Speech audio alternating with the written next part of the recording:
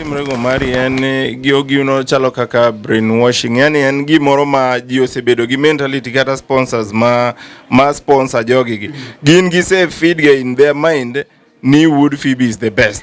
Ineno.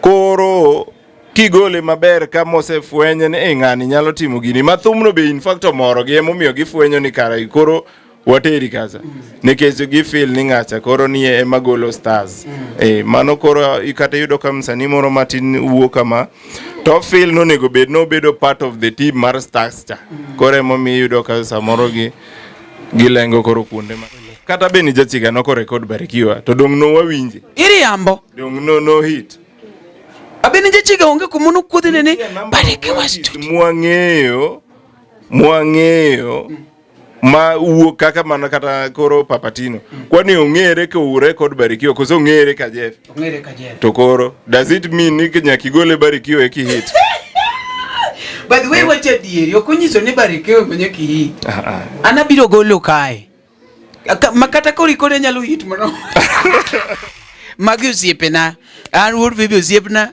Jasmine osiepna Awiko Jakabunde osiepna Jeff Wunyatanga osiepna Sauti Rumba to notama beat koro en osiepna matin anawacho I will always remain to be the king Injo kaka inda pongo pap che podi luongori ne king no ne joge jangol mare ma imbe in gi joge ni mok dwa inda ma gi joga moko masamoro ng'ato nyalo winja to koso winjo inda gini awer mamit Musiepe inda mipenjo ka nyalo bedo osiepe ni mara manoma kendo maybe inyalo shanga ibe kuri waju osiepe Jasmine ni kanye ka gisebiro to onge gimiyoge an gi madami wuotama nitie jomoko mag fans mag jothum ma itero gi yamo mano gima nitiere to ema iyudo ka ochalo mana kaka election. I always compare thum gi siasa strategy duaga chalo koro iyudo ka nitie ng'at mo mawinjo ni ng'ane chasa ni ng'ache ema dhi ka oloch ng'ane obe kanyo en oluor to be a loser en ok oyie losing koro seche ma inda nie ma wiyo wuok ma koro ji ariyo adek osegine obe kanye mentie gino dhi bedo ka ne mamit mbele nikech I can remember Emma Jalamo kane chako according to me my opinion Emma kane ogolo Marcelina whatever ndalo no okinya compare gi gima Emma wero sani ndalo cha noko were mamit kako nyalo were sani but being ni nitiere kata presenters moko kata mag radio mane oero kata mane push thumecha ichuno go ji e itgi manyaka gino bed ni mamit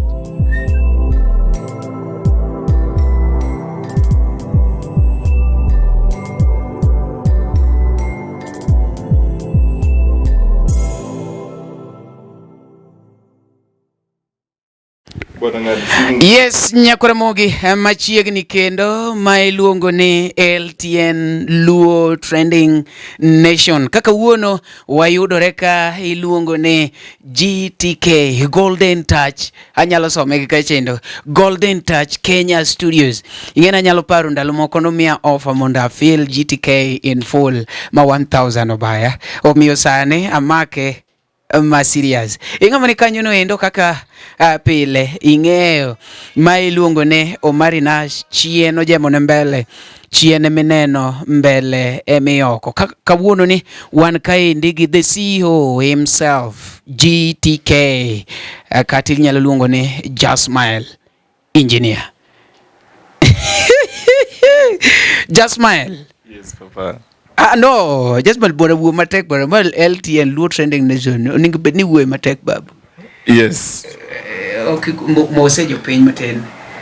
Amoso akene no diambo kato kinyi wan wasebedo. No. Okinya ng'eni en kinyi kato diambo. Nikech LTN watch gi jo mani diaspora. LTN bedo watch gi jo mani Europe. Koro yini wacho na moso ukai. Mane gimo miya wacho. Yine no wach mi wacho no. Emo miya wacho ni akia ni in kori eno kinyi koso diambo. Ang'ama riek. Okay, amoso wa nyikora mogi ajuang. Aniluonga ni Jasmine engineer GTK Studios. Yes. Kawuono walimi kaendi wadwa ni kuongi kon jopiny ni who is Jasmile. Ji winja ni bwana Jasmile, wan gi ng'ato ni Jasmile. Bwana jogi kia ni Jasmile en ng'a bwana. Igeni samoro nyota ni obudho mana kuom dayo moro to kia ni ir ka bwana. Kon jogi ni Jasmile en ng'a oja kanye. Dobe no jakor gato mi jok makia Kiswahili. Bwana fulri bwana. Okay, ma Jasmile engineer Wuod Genya. Ana Wuod Genya masiro ya manoka koridonjo sana ana ja kamera no ningo bed ni zoom na wang Jasmile ko wacho ni ati an Jasmile ajau Genya timea bwana mea miwang yeah, an audio producer and video director. At the same time, podatimo photo shoot and like photography in general. Okay. Yeah, to be on the other hand, bende I'm saniga kisiri. Picha ine by the way jok makia ko wacho ni ati oko picha mono trend mono wagoyo kanyo no endo nitie picha moro mono wago kanyo ji owuoye mari serumo mari go picha duko mari nwagoe kaendi. By the way pichni kake gogi anglo bi kanyo koro wacho ni go picha itimo videography tatimo audio ana wuona jawere to an videographer and photographer and audio producer. Yes. Okay. Mano nyiso ni in gi YouTube channel ni bende mari mana kamano igo type mar thum mane ngene samoro igo bongo samoro igo benga samoro igo angla samoro to bi kutha ka chogo jawe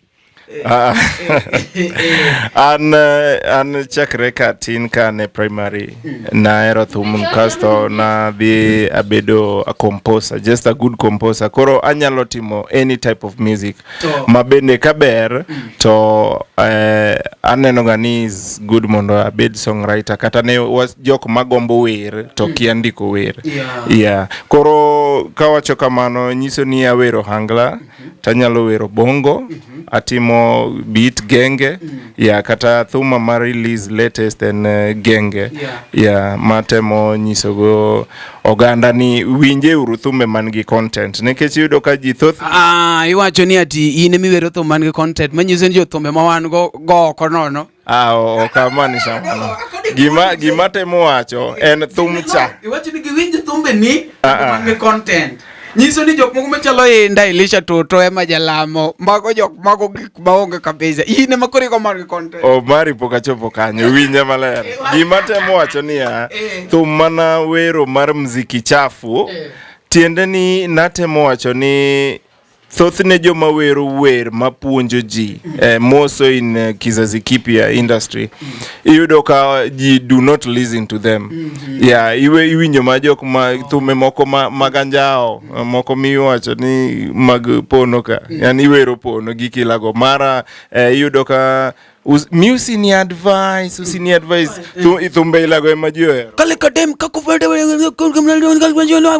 kwenbe masini exactly. Koro nadhia timu mziki chafu monda tem penjo ni mae gimudwaro nekech nyocha timo thum machalo kama mawuoyo mabere wi jamii mapuonjo ji kaka msanii en kiyo cha jamii but manyiso ni imbende ikao line dodongo be wezi kanyocha wero chwade gi nyundo majiyo chako wacho udongo timo kwero udongo winjo mako kawuna kela dugu mara kamara kora bena temo penyo kela dugudu apenyo ni mae gimudwaro mziki chafu mziki ya kusifu pombe na wanawake koro manegi natimo tokni mane the only genre matimo ana tema thum thothgi kata ka gin wangla kiwero ng'ato tiwere yo modimbre ka en love song tiwero gimoro ma ng'ato nyalo yudo go point Kona ni ere kaki chako yuajani makuru biro ne wangi Jasmile engineer wangi photography timo kari time GTK kaendi production itimo kaendi imbe ndi timo meki okikona ni jani no chakore kanye ere kaka iwuotho makoro chopo kuma koro chope ni endi ke samoro ne ngatu migigi samoro ere kaka hustle me yudo gigi to ere kaka nobire pachi lek mane koso ngamo no inspire nge jomoko chako studio nke ngato no yanye ni bwana sele inonge gimenyalo timo ka wacho ni bas wadhi go mjengo monda yaw mara safari mabor mpaka mabor korabo mangade machuok an ka chako dongo kane primary level at class 5 kucho in fact imi wang Jasmile ene meji gombone an yo sele nae manyalo paro in fact class 1 2 kanyo ne nitie nyaka jal mano kona sling a beach ni diloso na thumo gada nekes na ero wene bwana nitie gik moko mok luogne kone ngato no koni sling a beach kati bwana manga yala bwana winje uru jamani bwana joma wuoch winje uru jamani bwana ni ngato no kona sling atemo mana nyiso no koni sling a beach atemo mana nyiso kuma na passion mara githumo ai kuma wuoke kode yadi na ere to next end podatin lakini kana winyo ni ngani nyalo loso na thumo gada makia ne nangote en gima nyalo ywak na hustle ne sling a beach no monda mi olos na to nokoloso na mano kane class adi class achiel poda paro ga Bwana kare jomoko no chak kon chon yawa jomoko no chak kon chon yani ngato ni class achiel osekoni already jogi ni naero thum by the way mari mani kona kakora dongo tikona ni an namielo kata tiendiga ka winyre kiwinyo tiendiga kochuga ba tamiel koro ne aero thum chakre chon maka chopo class 7 manok neko tiendega activity gik mwatimo gite gichiegni magi ne koro rekech kokinyal koro ka adongo achopo class 7 tanyiso mama ni mama ana nyalo dwaro bedo jathum to koro ni an mama umiyo mowar ni koro wuoda bedo jathum kore ma nochuna ka nyiso ni mama war mama en miyo mo juogi betimo gik malicho mere juogi donjo ka jalemo owacho ni kae madwa kawe en ja ministry free pentecostal koro ne openja penyo no maduoga bwok ni to kara thumni obedo nade momi itangae kama tema wuoyo gi nyaminwa maluwo to obedo kode piny tako ni ma an thum madwa timo ok en thum maganjao nikech ne gin gi mentality ni jathum jachode jathum janjaga gik moko matabia mbaya ka tako na an gini era time tadwa time monda puonj jamari icho teno ene jathum mano koro okoni but ne poden gi doubt koro ka chope class 7 ni lemo ne jo class 8 class 7 kanyo koro ema elemo ka ne elemo ka ndie mane koro chuno mondo awuo gi jopuonje alos ka program moro wer moro mamit manyalo wer mbele jonyuol kanye mane mamwa bene nitie amang jonyuol mano kanye mamwa ochung mokelo na pesa mbele ji ma chako aseno okay karo nyalo accept nyiso na timo gima ber koro to kanyo no chako bedo gi positivity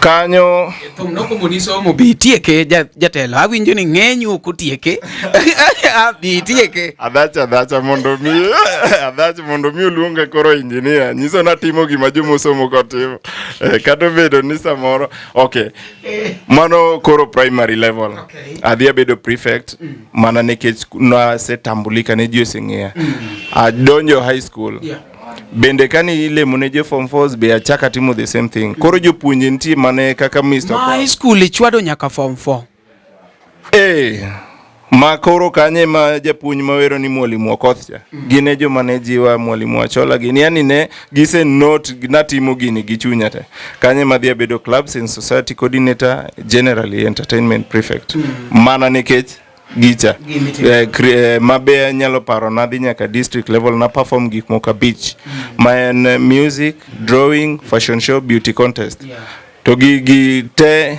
comedy na temo to mano na fail go at school level. Comedy wane mwachamo inyae. Koro kanyo na yie loch, lakini gik ma ang'wen modong, drawing, beauty contest, fashion show genige, mano na dhigo nyaka district level, ma wera bedo number 1, drawing abedo number 2, beauty contest na bedo number 1, fashion show abedo number 2. Mane mana bedo aparo ni first Mr. Ugenya, kane that chenro chakre. Koro kanyono tok form 4 ka. Kora Nairobi kaendi nikech kata dala be nasomo lakini holidays ta Nairobi nikech nan gi nyimege na goete nako. Koro kona ni oma isebedo wuoi wano osedhiri kuma wanyanyala. Koro ibe kawe gi kanyo time kaka dichuo. Kaw mari. The only thing my sister notimo na nomiya manyo job mokwongo kuom osiepiga moko manatemo timo go electricity wiring. Kanya choko 5,000 more to sister nambeyo medo na 5,000 more. Adhi record my first song. Manyiso gicha ne podi wuotho godo. Sio siri nimechill. Mano a record in 2012. Atemo sambaza but koro being producer cha nedwaro 25,000 mondo tim na video. Nikech audio kende no kao 10 nyalo onge. Koro bedo matek. Sister no di connecta gi osiepne moro adonjo industrial area. Koro achako hustle kanyo. Moro ni Kamongo West Paper. Wadhiro task kanyo manoma. Koro kanyo be kane watimo 25th anniversary e kampuni no. Chuna wuoyo gi Muhindi mondo miye space manda atumbuiza ji. Nen ka wachomo Christmas. Kanye makoro ne ochuna kano se miye thuolo cha mwase winjre bei. Takia jathum mora ma ohangla ngo. Koro no chuna dhi Nyama Vile manadhi chiko ita ne jathum moro ningetie kanyo no Onyi Junior. Tayudo ka ng'ato na wiko wer. Tadhi achome. Ni iluonge na wiko ena wiko moro kanyo be malando kama. Koro no wuonda nene wuon banda. To make kode deal ni bwana nigi tich moro adwani mondo ipang number members wagoch kaza. Wadhi kampuni no wagocho, omiya pesa no apogo jogo chulo ji. Koro from kanyo nying mar msanicha pod iluonga go. Koro kacha be atambulika. Kanyo be nadhi ayudo cheo. Ka koro kalure gigi minete. Gigik mana timo bedo na active no. Koro ne odhi ochaketa supervisor but inge joluo ne ng'enye kampuni no to iluo gi ywarruok.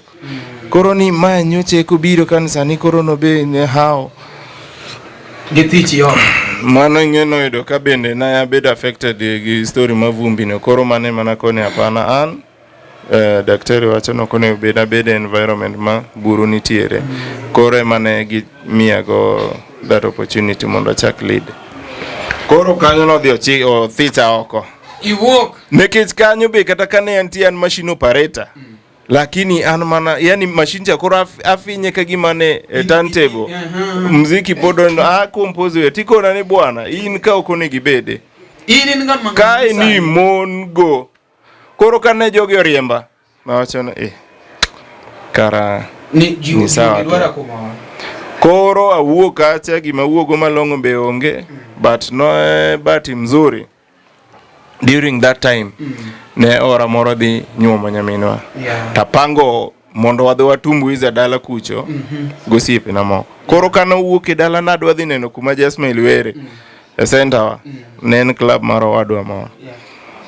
Donge ma koro ng'acha kachopo kanyo to aloso ni mana wero on stage kanyo ta were to ni ngima midake ni okone gidake. Gimoro ni kuomi kama onego bedni itimo ichieme. Onego bedni ngima ni lokore. Mano iluongo ni Barnabas Wuod Nyakach. Koro kanye mane ng'ano wacho ni bwana adwa timo ni arambe. Mondo inyisa neni ang'o mi taji ma mondo mi ibed kuma onego ibede. Wa host arambe mokwongo mane watimo Choka Greens Garden. Agodi mayaka ema ne wan go mano biro konya. But thothne nen mana nyimege go wete go osiepe mikwana. Kore makoni en jeni matek. Osiepe mikwana tiende ni sama itaji kony mar ji will not appear. Bang'e kanye mana ng'iyo go keyboard mano in 2015 December. Ng'iyo keyboard gi ufa moro ma nachako nikech nago kwano awacho ni kapo ni pesa ni inyalo miya go nadhi kata record e studio maduong' kiasi gani ana un surety ni thumni nyalo hit ma maintain kata ne okane kanyalo bedo possible nikech kore kan ichako ye kore kana chako kore mana gimedhi wito pesa cha exactly koro nago kwano tawacho ni hapana an gi skills kidogo nikech nadhi ga studio na record Abenny an msani what if kanyalo fight mondo abed gi gig studio mondo mi push dream na koro agol expenses mag production makata nyalo luongo producer to timo na gigi e oda not knowing ni bedo gi gigi ema dhi ayudo ka koro ane ma operate gi manoma adhi abedo producer makamane kaka bedo producer koro nyalo timo gi ana wuon mok ni wuod Fibi opuonji and money the only thing mo omia abedo on ground for long nikech naonge godfather onge ng'at mo and that pure talent ma fight to an kalan gigi peke yangu koro yudo ka samoro dhi ochopo hata mo producer moro be nyalo bire studio kanyata koneni tengeneza ka track akao just little idea kore momio no take along koro from that kakoro anyalo timo my own projects an gi studio ka to clients taonge go nobedo manoma momari en life moro ma samoro ng'en samise meke ng'ato weni obiro mayot but an kata lot ang'ade kibanda kabisa kendan superstar gira ng'ada lot kama nikech nan gi kamo lengene in superstar ng'ada lot kabisa nikech no ne oyudo ka eka an gi dhako gi nyathi tich ma kamongo ma industrial area norumo adhi yawo kamoro na use CDs gango the moment macha CD mane bwana gine bwana penjra CDs moko mag thumgi na uso gi ni CD dong nge CD koro kana uso gi jo nini music copyright nobiro tingo TV na gango kila kitu to yudo ka studio onge client be ka asomo production koro ngima no bedo matek ma odcha odio gero kibanda moro kanye mane koro gokinyi tamonde chiro mana kaka ne mix CD koro loko kibanda ne mix a lot angade a lot manom koro from kanyo ingade a lot to compose by the way oningi lost tu moro mutingo stochi kana ngada lot kayole kanyo an engineer tangeto koro mari en long story koro kaka na wuo kanyo makora chako land production koro in 2017 mane kora nyalo golo thum ma quality kidogo nekech 2016 chato macha ne pod somo 2017 ni kora chako develop achako mature rap magolo ne agodi thum agodi mayaka agolo ne wasani mang'eny oti junior gini koro kanye mana chako wanacha each other gi wasani gi koro kwa grow kachopo 2018 2019 quality no chako improve koro gik moko biro koro changamoto mana neno nini production ka nekech msani moro kolimi ka wuono mondi nene kendo 2 years ne otek emane pacho paro go ni no jalcha Barnabas podoko weyo koni bwana ang'o matek ang'o ma ineno ka pod chal ngamoto tema kone na an kuma neno ni kata bed mana invest e gig studio mag audio pod adhi gora noma nekech customer ka yudo ka onoma koro na golo paro moro ni what if kanyalo bedo gi kamera tayawo studio manyalo go e picha ma anya yude kata passport moro kidogo koro na dhi ang'iewo kamera gi printer mane ma koro ne ane kona no monda team cyber services kanyalo skuma go production kanye ma photography chamedo soego mondo videography be ni kanyo koro bedo 3 in 1 studio ma studio mar audio video gi nini photography ma mondo mi gini osko nikech okadwa wuok e field ni na maintain karathum ka endie ma kata kang'iewo kamera to sister na kora ni to oking'iewo piki ang'o miyo ing'iewo kamera to gik mitimo gi to be okane kata ka loko ngimani to na insist akone na pana ka pesa kata gima timo nini gi pesa sai ma pok ochopo to bende nitie gik moko ma inquire kaka koro studio mar audio ne pod atiyo gi ufa ngama nyalo trust quality mari be onge gidwa monitor to gik mobedo developed exactly nyakore mo kaka winjo kanyo no endo ma iluongo ne Jasmile engineer winjo kako lero ni kanyo wang'iyo sigande kako chako kacha kendo koponi winje inyalo neno ni okoyota ahinya mago jiwo wandi ng'ama ni oko kanyo samore ichako giri moro to kene kodhini maber ahinya iwacho ne kasa ne mar iwinjo kaka engineer no de kanyo no endo kwongo chako ni ento koro ongama koro uso CD CD kanyo jogine ochako make jo copyright chune o engineer ni koro to nyaka koro better lot ndalo mang'eny ahinya ma koro sane waneno GTK studio ang'eni kani luo story kanyo no tiwinje wan kacha ge picha kidwago picha imanyo Jasmile engineer en kaeche YouTube kata nyalo manyo GTK ene YouTube ene Facebook ene TikTok ene Instagram Milligram Westagram gine Decagram gram mora entiere gichiluongo ni Instagram donge Instagram Westagram Northragram to nyaka Telegram bende tiere man GTK kata Jasmile engineer wan kaka LTN wakelo nigo kaka en kendo penjo moro midwaro adwa ni ket kanyo Jasmile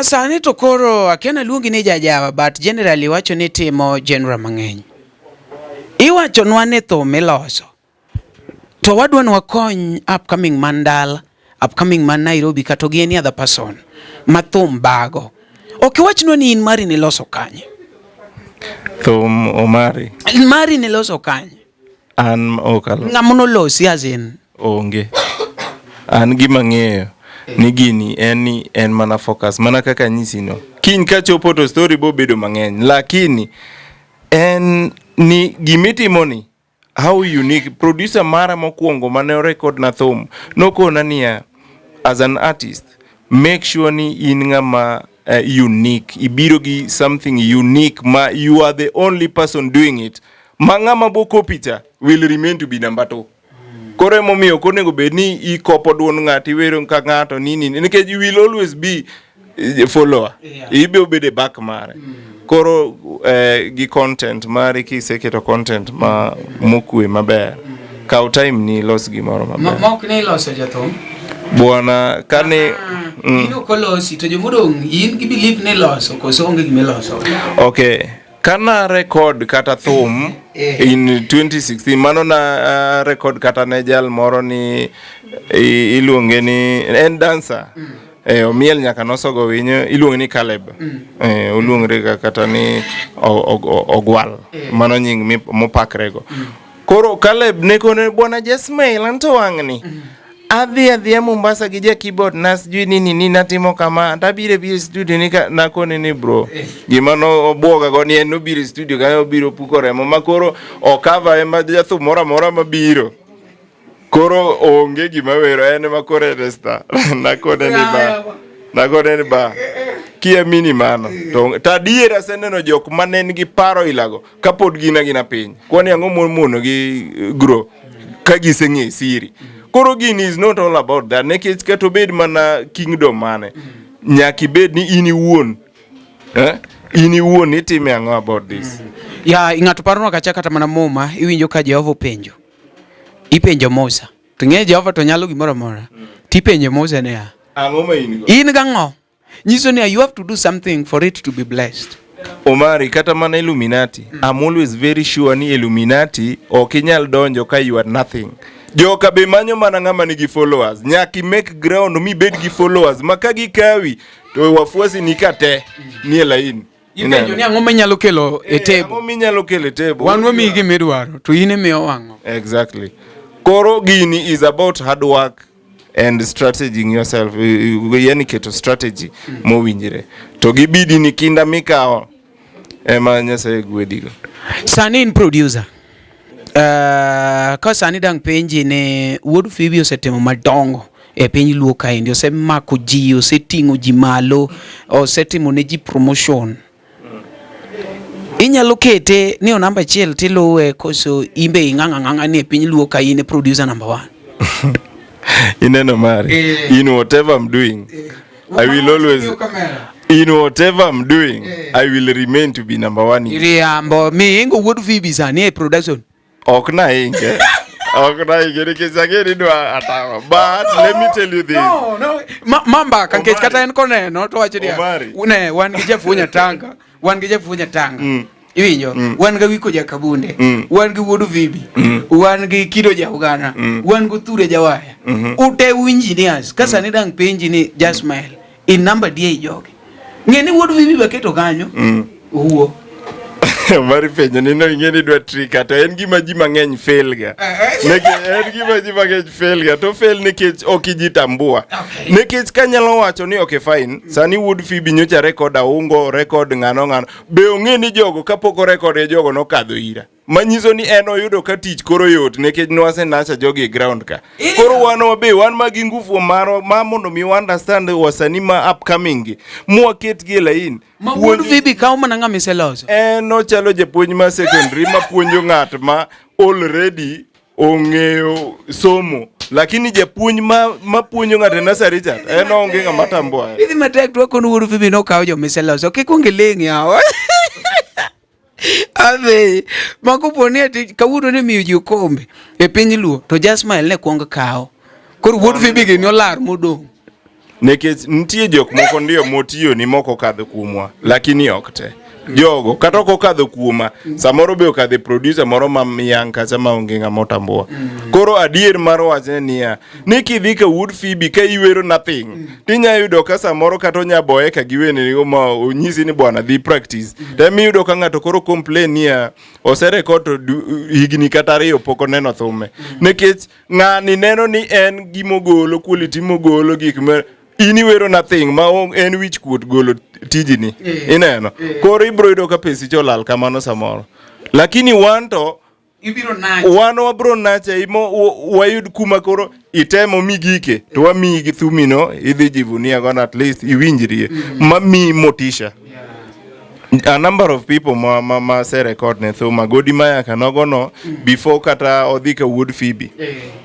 Godi Mayaka ne ni elwera matimone full album. Mae ka ji fwenyo ni bwana to kara kijana ni wer mar kama ema team moro maro this governor gini no biro no bwana wa go ijek idhi ka Wuod Fibi. Ang'o miyo jogi koro netere ka Wuod Fibi? Gineno ka ng'ani kok mane ma Godi Mayaka koro notergo ka Wuod Fibi. Aungo Wuod Awendo kane wera offbeat. No. Aungo ne wero ga offbeat. No wero off. No wero off. Aungo makawuono gore kawire mikelo na King Jarongo. Ma kendo King Jarongo be noera nikech at least namiye puonj mowinjo kendo no listen. King Jarongo kaneni wer to en koko en no ok wer. Yani Wuod Fibi yudo ka kuseloso jogi. Yudo ka jogi gin jok ma emomiyo koro jivunia no work with the stars jomong'e gima timo. Ineno. Aungo ne wero ga offbeat ka ng'ane. Ne urgo siepe ma Freddy Makadori. King Jarongo gini gi akoni ne nitie yote e team GTK. Koro en mana ni koro ne wanonge ng'ama tambua joka be pod ne wero kendo gima koni studio so long as ni jathum en perfect obro golo thum maber obviously. Ipa nang'o miyo jogi ka iyudo ka ng'ato chako gi ng'ato ma jopiny nene. Anyalo paro Papat ochako mana gi Jeff Unyatanga Kisumu kocha cha. Bang'e obiro ka Wuod Fibi. Imbende wacho ni Aungo Wuod Awendo jok machalo King Jarongo gini. Ang'o miyo ka jogi koro miyo gi support to giringo gidhi ka Wuod Fibi gifeel ni in koro kiromo or ang'o matimore? Gima timre go mari en giogi uno chalo kaka brainwashing, yani en gimoro ma ji osebedo gi mentality kata sponsors ma sponsor jogi gi. Gin gise feed ga in their mind ni Wuod Fibi is the best. Ineno. Koro kigole maber ka mosefwenye ni ng'ani nyalo timo gini mathumno be in fact omoro gi emomiyo gifwenyo ni kara koro wateri kaza nikech gifeel ni ng'acha koro ni ema golo stars mano koro ikata yudo ka msanii moro matin wuo kama to feel no nego bed no bedo part of the team mar stars cha koro emomiyo yudo ka samoro gilengo koro kuonde ma gichake to kikwer jogo mentality no ikon gini gima ber kumoro moro migole kata Abenny Jachiga noko record Barikiwa to dong no wawinje iri yambo dong no Nohit Abenny Jachiga onge kumono kuodhi nene Barikiwa studio mwang'eyo ma wuok kaka mana kata koro Papatino kwani ong'ere ka record Barikiwa koso ong'ere ka Jeff to koro does it mean ni nyaka igole Barikiwa e hit by the way what you did yokunyiso ni Barikiwa kwenye hit anabiro golo kae makata kori kone nyalo hit mono yakora moka kiwijo no marka iluongo ni not Jeff but just smile engineer magi osiepena an Wuod Fibi osiepna just smile osiepna awiko jakabunde osiepna Jeff Wunyatanga osiepna sauti rumba to notama beat koro en osiepna matel ana wachoga pare ya wachoga kasto mana pod the same thing sanin kaka ja oangla namakuri tambua ni should be the king of Luo the oangla king omari ngamari ngama mjanja kumana lengo mokuongo kar producer e ligi wacha kore duo kaka jathum kore ligi ma jathum and I will always tell you no matter how much I'll appreciate jathum wado nikech ng'eni ya gima timoni ng'ato bentie matime koro ka ayudo ka ng'acha time kako nego bed ni time to nego bed na appreciate mana kaka kora nyalo appreciate inda ni ohit ma owinjire omondisre mondo bed considered top obedo considered top yo mondisre ne kecho timo gima is worth tiende ni an kaka jathum indo ingi poka chopo kanyo atongi wacho ni kore mana pongo ni ne an kaka jathum in my territory in my jungle I'll always remain to be the king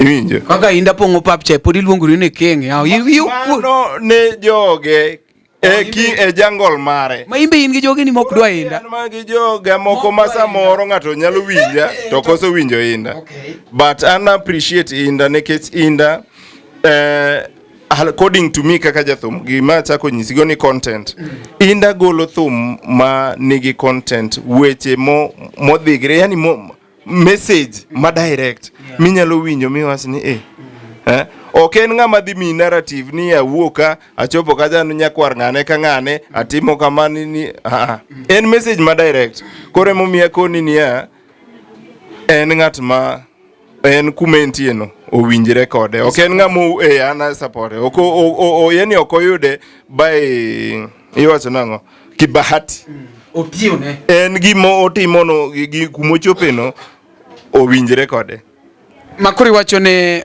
endo ingo jotho mamoko ge like Odongo Elisha Toto Musa Jakadala okitambua Kesa winji maki appreciate gima enda timo to jo angla ng'eny seriously ami example tachako gi wacho niya ni every lion bedo mana akinge e jungle mare ineno kata mane Elisha Toto nitie jok mohere moko tambua inda koro every person is just a winner depending galwora mare gi gik motimo ineno Musa Jakadala the same en a star nitie jok ma otambua ema okotambua inda koro ok en a matter of ni am number 1 am number 2 iwinjo samoro namba eminyalo ingo go ji ni in ya jok ma winji ng'eny kata jok ma are interested gi gimitimo ng'eny but imbe magi matino go mara matini ena samoro nekech podi okoyudo that exposure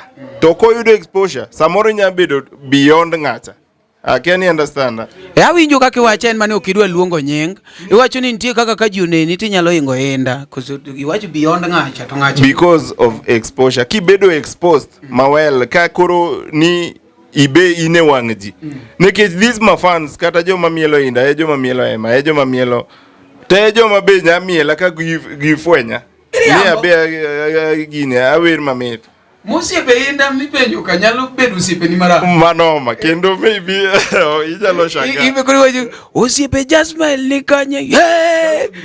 Ka gisebiro to onge gimiyo gi. An gi madam iwotama. Nitie jomoko mag fans mag jothum ma itero gi yamo. Mano gima nitiere. To ema iyudo ka ochalo mana kaka election. I always compare thum gi siasa. Strategy dwa ga chal.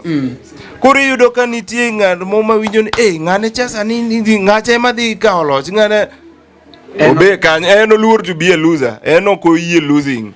Koro seche ma inda nie ma wiye wuok ma koro ji ariyo adek osegine. Obe kanye ma entie gino dhi bedo ka ne mamit mbele. Because I can remember Emma Jalamo kane chako. According to me, my opinion, Emma kane ogolo Marcelina whatever. Ndalo no okinya compare gi gima Emma wero sani. Ndalo cha noko were mamit kako nyalo were sani. But being ni nitiere kata presenters moko kata mag radio mane oero kata mane push thumecha. Ichuno go ji e itgi manyaka gino bed ni mamit. Be ng'ato noseliyo kamane gwengu. Koro mane. Koro yudo ka gini kose donje e itgi mang'eny. Emomiye ko ni is just a matter of exposure and yani jiwinji. Jomodong moko makia kata ka thum obedo release gin gi ken tie thum manyien. To nitie die hard nitie jomoero thum ma ka thum wuok ni kata pok gole to giseng'ene inda dhi golo thum manyien. Opogre gi ng'at mo ma en shughuli ne nini. En thum ni obro romo go mane korio. Kata e TikTok kata to thum ni trend to be obedo mane iye. In kaka producer nitiere gik masane wachore kapok watieko nyaka be wamule kanyo ni mar wan kaka LTN odon wataji. Nitie thum moko machalo kaka mano thicho jasubo golo. Nyathini chal gi chiega nyaka siandane. Iwinjo. Aya thum machalo kaka mar Odongo Zwaga. Anateno pugno. Mbela tieno pugno. Iwinjo mbele. Nichiena tieno pugno. Iwinjo. Para kinenda taro. Magi gin thumbe moko ma ji moko se tere public domain ni nitiere kaka giricho. In kawuono kaka producer. Idwa wacha ang'o mose golgo. To gi ka penjo kaka an kawuono abiro ni ati ahero bua tieno kongeo to mitna. Inere kaka inyalo timo nikech one imbe dwa dawo. Idwa dawo to jomoko be wacho ni nyako dhi ong'e kaka society dhi welcome gini. Inere kaka idang' wach gino. Kuonge comment na. Nyathini chal gi chiega nyaka siandane. Iwinjo? Kasto chiena tieno opugno. Mbela tieno pugno. Para kinenda taro. Wachi. Omari. Gini ochalo mana kaka era mar Kongo, mar jokongo. Iyudo ka niga malo era ma jokristo. Kaka jokongo era. Jokongo to erore mano gimo kariambe. Jokongo erore malo jokristo. Thank you so much. Kendo kata joma kwech ga e church, ji kwecho ga e ba. Koro yudo ka gik ma richo mane momiya koni e reason na mar wero muziki chafu. Nekech sama wero content magine ng'ama bodha onge. But muziki chafu kata kana keto trailer Toni bwana nyako no bend over manadin sijui ni koro ji ohero gik ma nigi immorality. Mane machuno jathum record gima debe ni jathum wero gik maricho te obedo kashif because iwacho Kiswahili no tek. Yani ikwere gini wana mkashifu jikana dikoro kweri. Lakini bing ni mane makanga to bwana Odongo cho wero ngano ji wacho no Odongo wero pono to dhi o trend. Ji wacho no Odongo wero pono. To mana kamane kako be uchiemo nekech haja ne to en mana ingen thumbe en business. Batimbe wacho mameto mere. Ni Odongo wero pono. Adonge ji wacho kamano.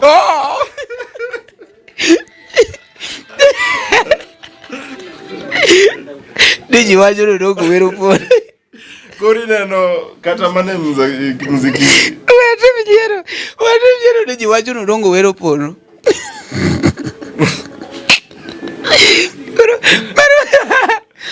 ji osekoni mang'eny nodongo wero pono. Awinjo gi. Mind shot, gin giwacho nodongo jawer pono. Lakini dong give me your trend. Give me your trend. Giwero pono. Odongo wero pono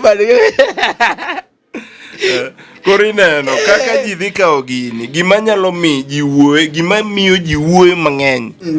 To mar odhicho dak e wacho. Chal gi chiega nyaka siandane. Lengo en achiel. Lengo en achiel ni sama iwero gimoro ma nigi immorality. Sorry. Sama iwero gik moko man gi immorality. Ji burore. Iyudo ka ji discuss a lot. Kadonge inda be ji burore wende ne to pok awinjo ko wero sianda go tanda. Koso weche binge na gombo. Okay. Obedo wero gimoro ni kogiko tieno. Ing'eyo already inda gima otimo ni en ng'ama wise. En ok okete ayanga. But onyalo keto gin weche mopondo. Akoni kogiko tieno. Otieno ang'o matimre ga? Karamo gorofa na maidho kamudho lelo. Donge mago. Koro nena ni kaki kete lure gi rieko mari. Koro konego be ni kete ayanga nekech in reality ni mage gik ma jogi dwa winjo. Koro jogi ema mislead wa ma followers. Ana kawo microphone ka koni bwana wer kaka inyalo wer. Kopo ni ati inyalo go tiena local style. Modong takia wunya lego siaya tu ochotu madhako neno wuondo jaduog mul mana gira to bwana ne tep jigoga.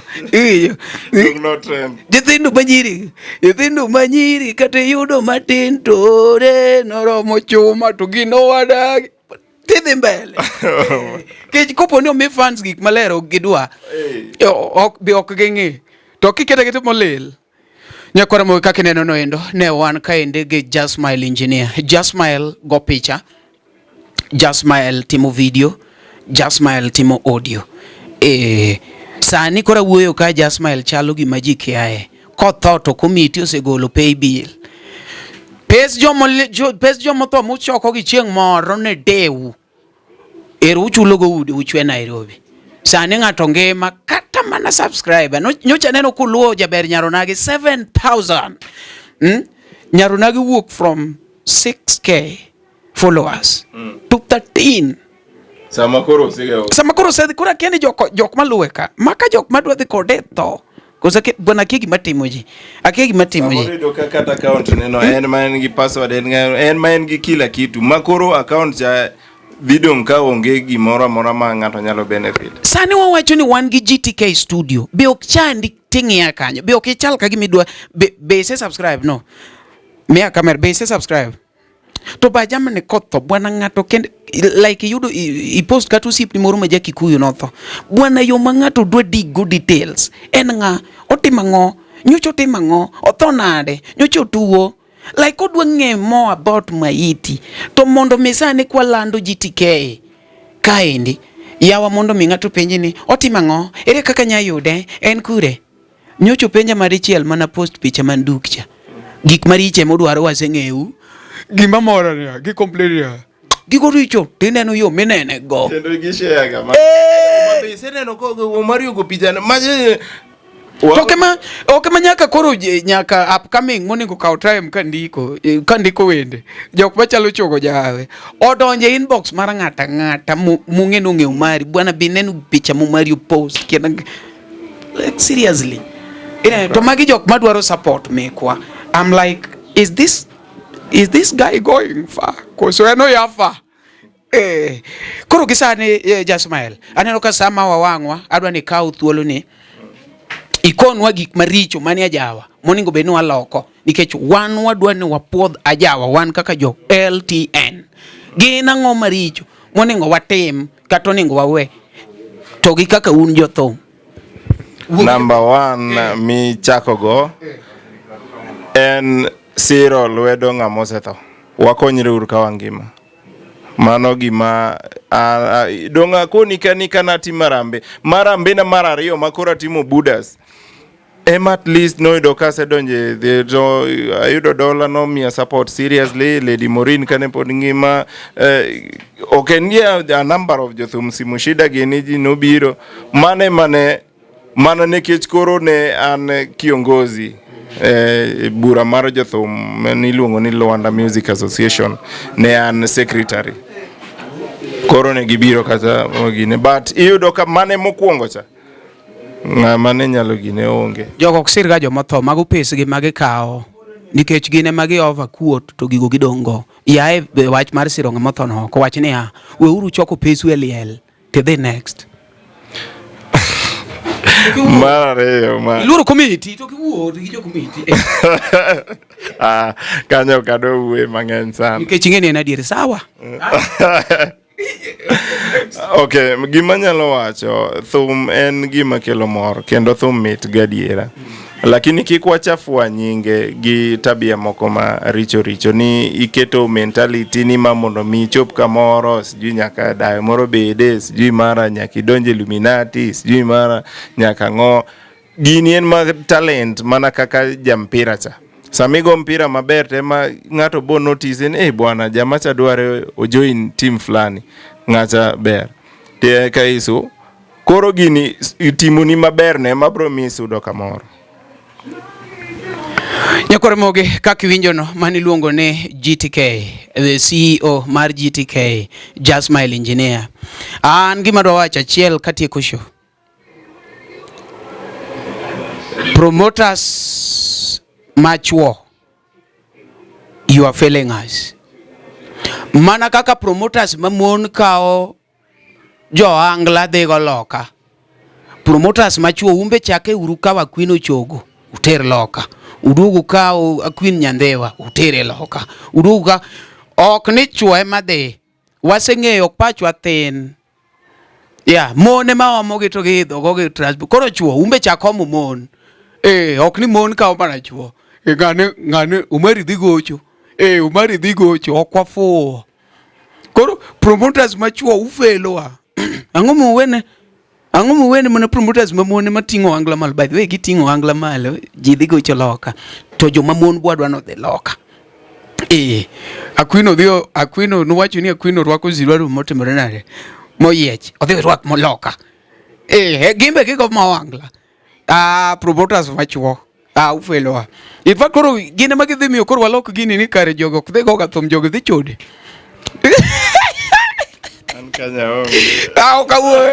Diego erokamano jokoromo kaka winjo rendo ma iluongo ni LTN Luo Trending Nation wago erokamano ahinya ne wan kaendi GTK Studios weyo koni kaka yude kapok watieko kaka yude GTK ng'ama dwa timo video ng'ama dwa timo audio location mara en Kayole Junction mana machiegni gi Red Square kaendi besides Red Square an namba na mar simu en 0712 024 950 mano mar mano moro machielo no ko machielo macha en 078797 4401 to I'm Freddy Just Mile on Facebook. I'm Just Mile on Instagram and like Manakamana.